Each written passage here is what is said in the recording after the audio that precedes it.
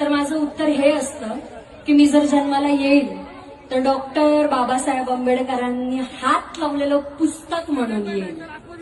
मी जर जन्माला येईल तर माता रमाईने 9 कोटी लेकरांसाठी 4 मुलांवरती स्वतःचा पदर कफन म्हणून टाकलं, ते पदर म्हणून येईल. मी जर जन्माला येईल तर माझा बाप दीनदुबळ्यांसाठी कष्ट करून ज्या झाडाच्या सावलीत बसला त्या झाडाची सावली म्हणून येईल. मी नीट ऐका, मी जर जन्माला येईल, मी जर जन्माला येईल तर डॉक्टर बाबासाहेब आंबेडकरांचा वाघ म्हणून येईल. मी जर जन्माला येईल तर डॉक्टर बाबासाहेब आंबेडकरांची ती वाघीण म्हणून येईल. आणि जर येता आले नाही तर अशा जीवनावरती 10 वेळा लाथ मारीन. मी डॉक्टर बाबासाहेब आंबेडकरांचा तो वाघ म्हणून येईल आणि मी वाघ म्हणूनच जन्माला आले.